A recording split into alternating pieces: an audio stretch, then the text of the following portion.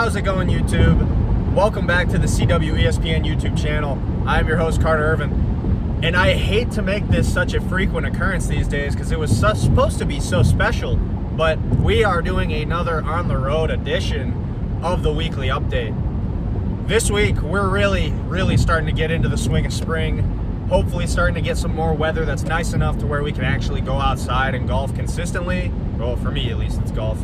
I know it's also pickleball, tennis, baseball for a lot of people, track, all that sort of fun stuff, all the athletics. It's just a great time of year. But it really has been a interesting sort of week as far as athletics goes.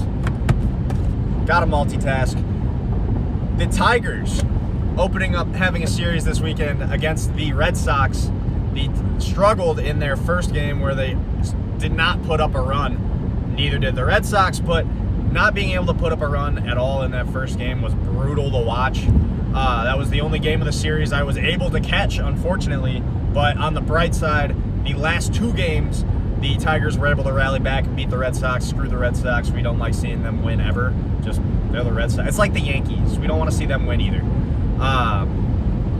But it really sucks because, you know, college basketball's over. At least, like, baseball is getting into the swing of it, but it doesn't really get exciting until the fall. What I'm looking forward to more than anything else right about now, the NFL draft. Come on, baby. It's right around the corner. Coming up this coming Thursday, the first round. I'm stoked. We just saw yesterday the Bengals traded the 10th overall pick to the Giants in exchange for Dexter Lawrence. Awesome. Like, that's a crazy move. Like, it's about time the Bengals finally get off their asses when it comes to making a move in the offseason. Largely considered one of the most chintzy managements in professional football because of how little they're willing to spend. And you look at how they handled situations with Shamar Stewart, how they didn't get his contract signed for however long. Trey Hendrickson letting him walk and go to an AFC North rival in the Ravens. Just an absolute train wreck until this trade.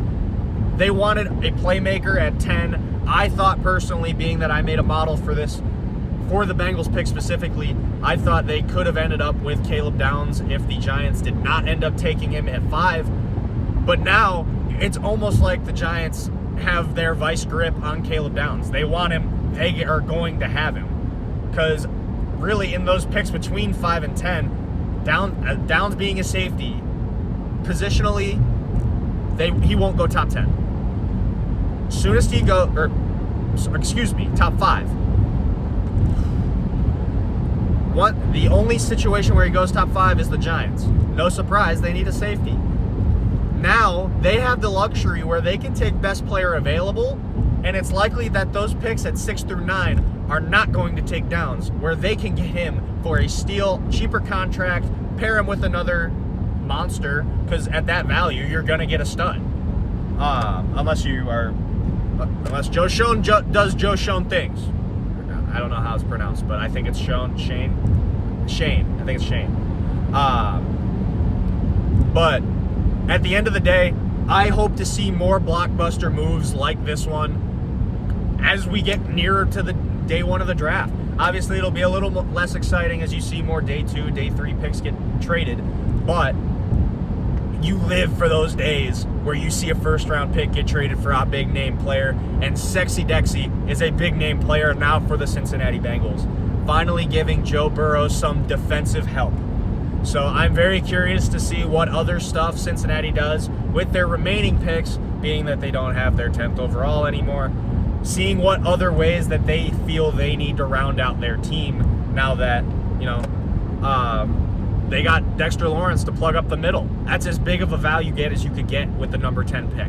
They wanted a defensive playmaker, and while you could have gotten a younger one for a little cheaper, you're getting Dexter Lawrence, one of the best defensive tackles in football. So at the end of the day, what we're looking forward to is more draft, more trades, more craziness, more chaos, because that's what feeds families. Come on. That's what we all want to see. We want to see a hell of a draft night. We want to see crazy picks, and I'm excited as hell. I will catch up with you guys next week after the draft, where I get to do some recap, and it's going to be an absolute blast. I will see you guys next week. Thank you for tuning in very much. See ya.